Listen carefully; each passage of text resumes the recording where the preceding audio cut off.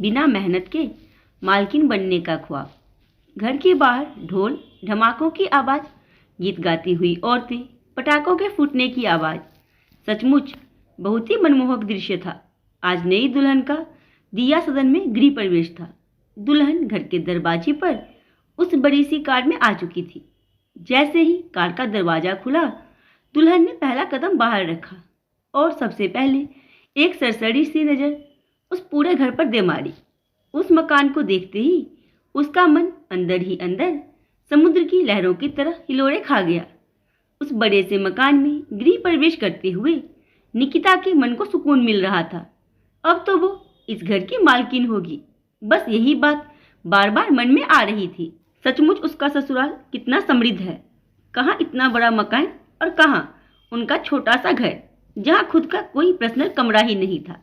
कहाँ वो इस समय उस छोटे से मकान की कल्पना करने बैठ गई। अपने विचारों को झटक कर निकिता घर में प्रवेश करने लगी। निकिता मन ही मन बहुत खुश हो रही थी और ये खुशी उसके चेहरे से भी जाहिर हो चुकी थी। पति अमन के साथ घर में प्रवेश करने लगी। घर की भव्यता देखकर उसकी आंखें खुली की खुली रह गई। ऐसा घर तो उसने सिर्फ सपनों में ही देखा था। ये रिश्ता उसकी बुआ ने बताया था। बुआ अमन के घर से 2-4 घर दूर ही रहती थी। अमन की माँ की तबीयत ज़्यादा खराब रहती थी, इसलिए वो अमन की शादी करवाना चाहती थी। शायद यही उनकी अंतिम इच्छा थी। अमन एक अच्छा लड़का था, घर बार भी बढ़िया था, इसलिए निकिता के घर में सब लोग शादी के लिए तैयार हो गए।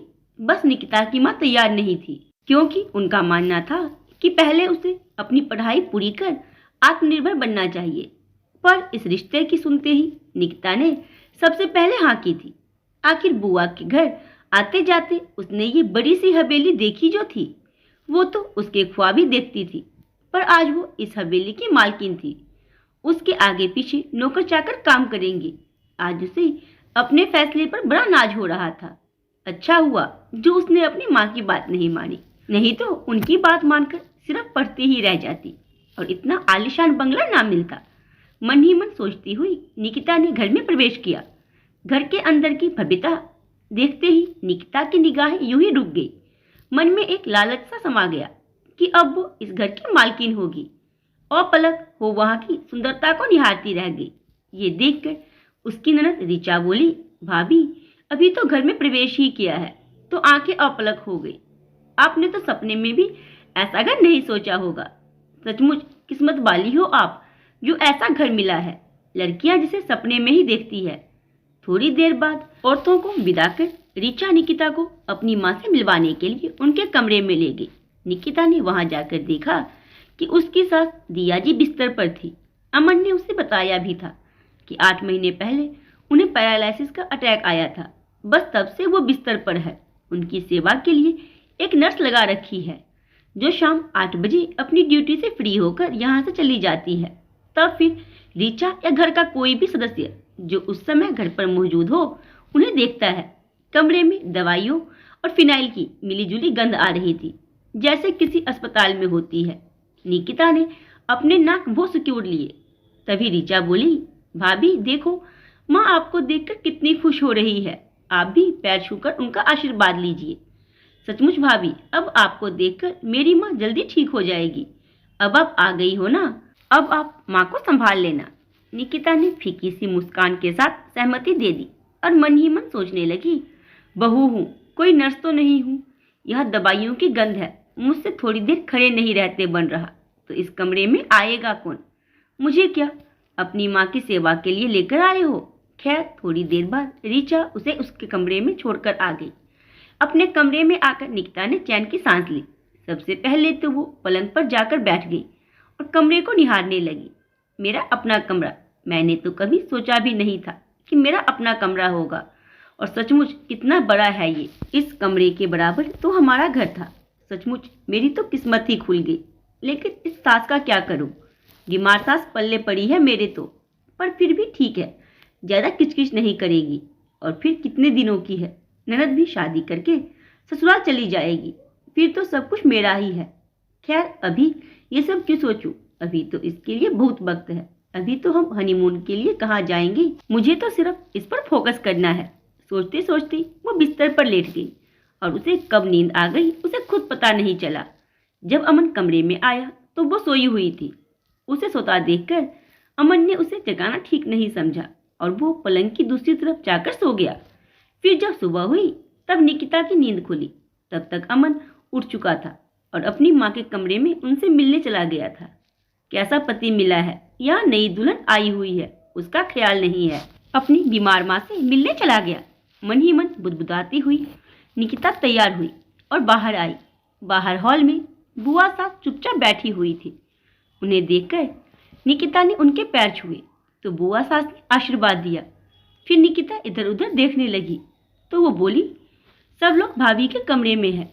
आज उनकी तबीयत थोड़ी ज़्यादा खराब थी इसलिए डॉक्टर को बुलाया है। मैं भी बस अभी उस कमरे से आई हूँ। तुम भी कमरे में जाकर ही मिल लो, भाभी को अच्छा लगेगा। फिर से उस कमरे में मन ही मन सोचती हुई निकिता कमरे की तरफ बढ़ गई। आखिर अपना इम्प्रेशन खराब थोड़ी ना करना था। कमरे में गई तो सब लोग दिया जी के पास ही खड़े हुए थे। निकिता को देखते ही ऋचा दिया जी को हल्का सा हिलाते हुए बोली, मम्मी देखो तो भाभी आई है आपसे मिलने के लिए। उसकी बात सुनकर दिया जी ने निकिता की तरफ देखा। उसे देखते ही उनके चेहरे पर एक हल्की सी मुस्कुराहट आई। फिर उन्होंने एक लंबी सांस ली और उस दुनिया से कूच कर गई। घर में मातम का माहौल हो गया। सबको पहले से ही पता था कि दिया जी की हालत बहुत ज़्यादा खराब थी। वो शायद अमन की शादी के लिए ही रुकी हुई थी, इसलिए सब लोगों ने दुखी मन से उन्हें विदा किया। ये माहौल तो निकिता के लिए पूरी तरह से उम्मीद के बाहर था।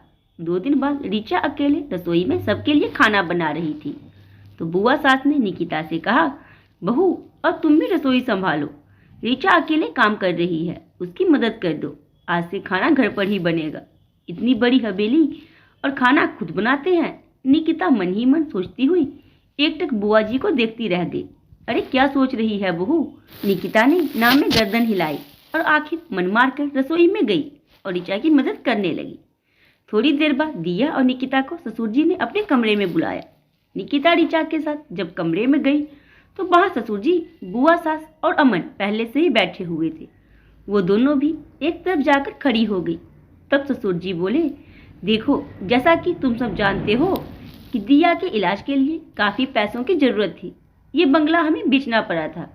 वो तो इसे मैंने अपने दोस्त को बेचा था, इसलिए उसने इजाज़त दे दी थी कि जब तक दिया है तब तक हम यहाँ रह सकते हैं।